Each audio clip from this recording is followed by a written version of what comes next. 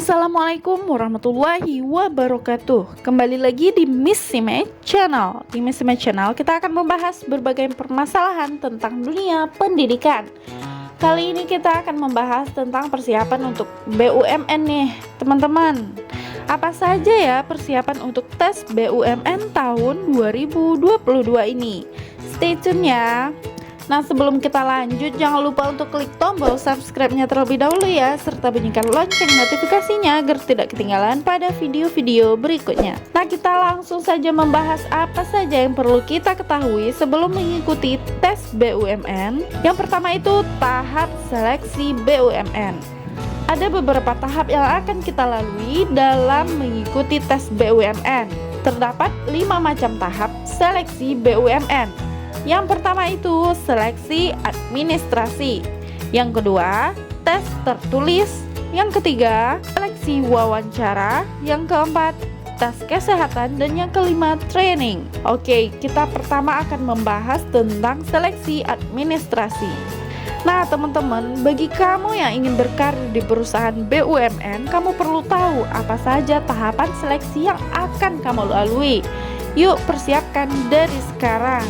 Yang pertama itu seleksi administrasi. Seleksi administrasi merupakan tahapan yang paling umum pada tiap perusahaan. Dalam tahap ini, kamu diminta mengumpulkan berkas lamaran berupa CV, cover letter atau surat motivasi, serta berkas-berkas lain sesuai dengan persyaratan. Nah, hampir semua BUMN ataupun non-BUMN mengadakan tes ini sebagai rangkaian awal seleksi. Kunci mengikuti seleksi ini hanya satu, stay update. Maksudnya pantau terus informasi karir dari kampusmu atau lembaga-lembaga karir center terdekat. Selain itu, pantau terus website resmi BUMN di tautan laman bumn.go.id. Yang kedua, tes tertulis. Nah, untuk seleksi selanjutnya adalah tes tertulis. Tahap ini yang cukup panjang dan bervariasi pada tiap perusahaan. Beberapa BUMN mengadakan 3-4 tahap tes tertulis, tetapi beberapa BUMN hanya 2 tahap saja. Nah, kita akan membahas ragam tes tertulis BUMN. Yang pertama itu GIT, yaitu General Aptitude Test. Tes ini bertujuan untuk menguji kemampuan dan bakat calon karyawan, di samping juga mengukur IQ. Biasanya, soal-soal yang diberikan berupa numerik, linguistik, logika, dan pengetahuan umum. Yang kedua itu tes akademik. Tes ini bertujuan untuk menguji kompetensi kandidat di bidang studi yang dikuasai. Selain itu, untuk mengetahui kedalaman pengetahuan terkait job desk posisi yang akan dilamar, misalnya untuk posisi akuntan, tes akademik yang diberikan berupa soal-soal mengenai akuntansi. Sedangkan untuk calon staf teknis, tes akademik berkaitan dengan bidang teknik atau engineering. Yang ketiga itu psikotes. Tes ini cukup umum digunakan di berbagai perusahaan. Hampir semua BUMN melakukan psikotes untuk rekrutmen terbuka. Selain menguji kemampuan intelijensi secara umum, psikotes juga memiliki aspek untuk menguji kepribadian kandidat. Nah, tips sukses agar lulus tes ini adalah dengan berlatih soal-soal psikotes pada tahun-tahun sebelumnya.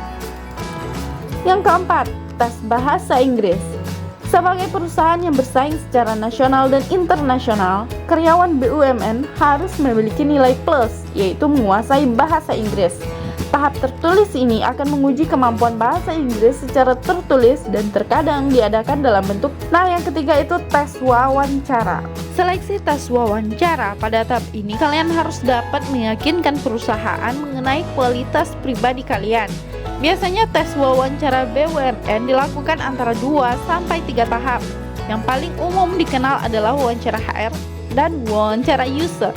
Beberapa BUMN ada yang melakukan wawancara dengan cara presentasi individu, kemudian dilanjutkan presentasi di tahap direksi, seperti misalnya di perusahaan PT Pupuk Kujang.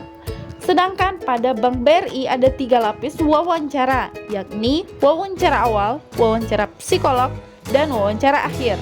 Ada pula wawancara yang dilakukan dengan diskusi kelompok. Pada beberapa BUMN, kemampuan bahasa Inggris lisan bisa jadi akan diuji dalam tahap ini.